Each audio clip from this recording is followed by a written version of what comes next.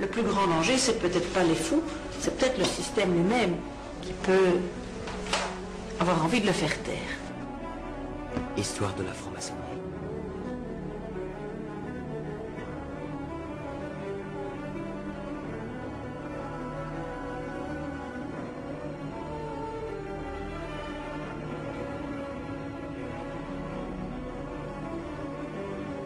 Que mon corps soit sectionné en son milieu. Ses assistants, Jubela, Jubelum, Jubelum. C'est-à-dire l'existence d'un groupe secret de gens de pouvoir, de tout type de milieux, la politique, la finance, on nous a parlé de gens des milieux médicaux, même universitaires. Ce groupe secret recrutait beaucoup dans le milieu judiciaire et même les policiers haut gradés étaient très appréciés.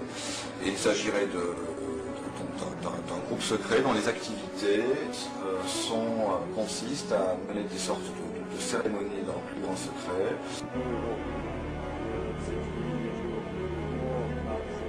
Où l'on conjugue des pratiques aussi étranges et uniformément dégoûtantes que la sexualité de groupe, la scarification. Il a évoqué devant nous des images, il faut faire drécher les cheveux sur la tête. Il nous parlait de chair calcinée, de brouillons de cigarettes, de chair transpercée.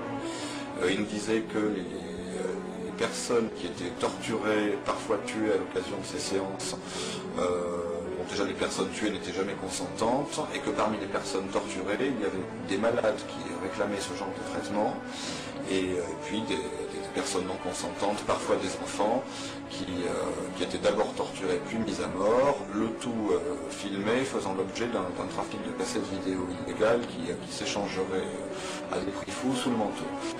Les cassettes de Snuff Movies se vendent entre 10 et 20 000 francs suisses. Qu'est-ce que vous voulez dire par Snuff Movies? Les cassettes avec mort d'enfants réels. Quand tu voyais qui coupait la tête à un enfant, c'était la vérité, ça se passait devant toi ou ça aurait pu être un film? Non, c'était pas vrai. Je suis criée avec ma tête. Notre problème policier, c'est pas ces réseaux pédophiles, c'est la pédophilie quotidienne et ordinaire. C'est la pédophilie quotidienne et ordinaire. Mais pourquoi ils faisaient ça, ces gens-là? Je sais pas, parce qu'ils sont méchants, ils sont fous. Je sais pas, mais pourquoi ils faisaient ça, ils sont méchants. Nous, on n'a rien fait, on était des enfants.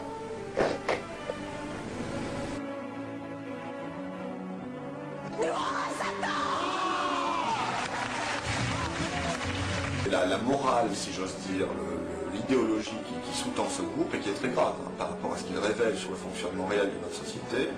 On raconte aux membres de ce groupe qu'en quelque sorte, toutes les règles qu'on leur a mis en tête depuis le début, que ce soit à l'école, dans la société, etc., sont des limitations à leur liberté qui les empêchent d'atteindre la quintessence du genre humain et qu'il faut donc rejeter toutes les règles, à commencer par les lois, par la morale, par la décence, et qu'il y a nécessité de transgresser ces règles, de violer parfois littéralement tous les tabous pour faire sauter des sortes de verrous que l'on mettrait dans nos têtes depuis l'enfance.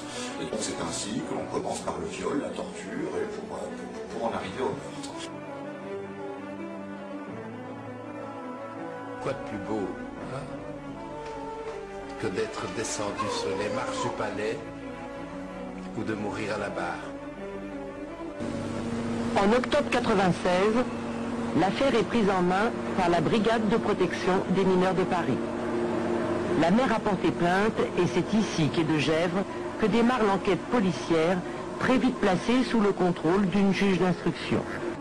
Mais les moyens semblent faire défaut à la Brigade de protection des mineurs qui ne procède à aucune filature des personnes suspectées. La Brigade de protection des mineurs, qui par ailleurs a fait une grosse enquête, n'a ni le temps ni les moyens de faire des filatures. Les filatures, c'est réservé aux gros trafiquants. Pourtant, c'est une véritable organisation impliquant de nombreux adultes que décrivent les enfants. Traces, ce sont des traces, des taches, des cheveux. On n'a pas trouvé les 10 ou 15 inconnus titulaires des cheveux qui se trouvaient dans la cache ou dans la voiture ou dans la literie de la maison. Ils étaient tous en train de me dire que j'étais une menteuse derrière. Ils me disaient tous que je mentais, que c'était pas vrai et tout ça. Puis ils m'ont obligé à me mettre à genoux comme ça devant lui pour... À ce moment de l'audition, faisons mettre Marie à genoux et mesurons l'enfant jusqu'à la hauteur de son visage. Quand on fait asseoir, mettre à genoux un enfant pour mesurer si effectivement le centimètre va jusqu'à la hauteur du sexe, faire ça en confrontation, c'est un deuxième viol de l'enfant, à mon sens. Parce qu'il voulait regarder, il voulait voir si, comme il mettait son nez dans la bouche, il voulait voir si c'était la taille, je sais pas quoi. Et ton père, qu'est-ce qu'il disait? Il rigolait. Quel client? On va peut-être voir quel client si on m'écoute. On va peut-être voir quel client si on veut bien joindre la grande affaire du trou à la misérable affaire du trou. L'affaire qu'on nous donne ici aujourd'hui, c'est précisément sans les clients. C'est sans les 25 personnes dont un cheveu se trouve dans la cache. C'est sans l'auteur de la tache de sperme qui est superposée au sang d'une des petites victimes sur un mur de la cache et qui n'est quand même pas arrivé là par un courant d'air. Alors si on me demande qui, alors je dis, eh bien pas de dossier bis, un dossier entier et qu'on juge le tout. Et je ne crois pas qu'un jury soit aujourd'hui capable de juger cette affaire dans l'état où on nous la présente. Le 1er janvier 1997, le père de Pierre et Marie est sur écoute téléphonique et les policiers retranscrivent une conversation où il confie à une amie. J'ai des renseignements de ce qui se passe en fait chez le juge de temps en temps. Malgré la gravité des soupçons qui pèsent sur le père, la justice décide de l'autoriser à revoir ses enfants 1 mois après sa mise en examen.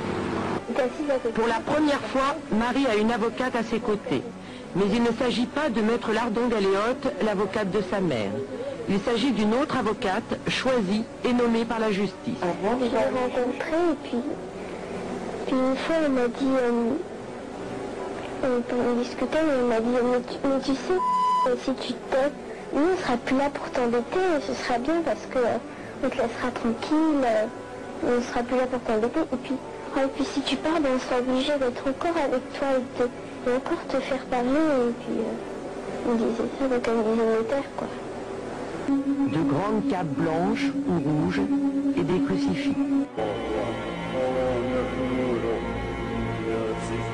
C'est inimaginable au sens propre du terme. Un enfant ne peut pas imaginer cela. Moi, je ne l'ai jamais vu.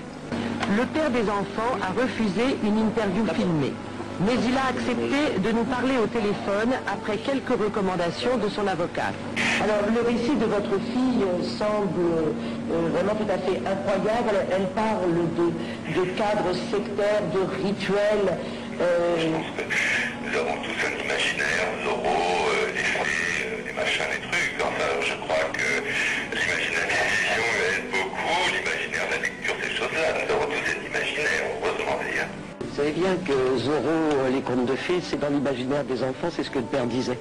Hein, mais je ne pense pas qu'ils imaginent ce qu'ils ont imaginé avec les enfants sur la tête sur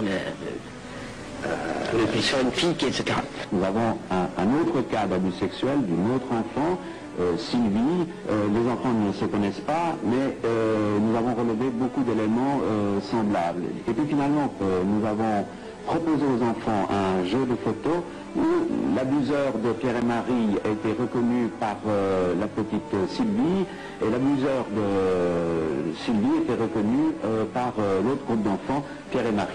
Quelques instants avant cet enregistrement téléphonique, le père des enfants avait évoqué le thème de l'inceste. Autour du thème de l'inceste, vous me disiez tout à l'heure, l'inceste, cette pulsion qui remue chacun de nous-mêmes. Madame Lucie, je crois qu'on arrête là. Je dois recevoir d'autres clients. Je vous remercie.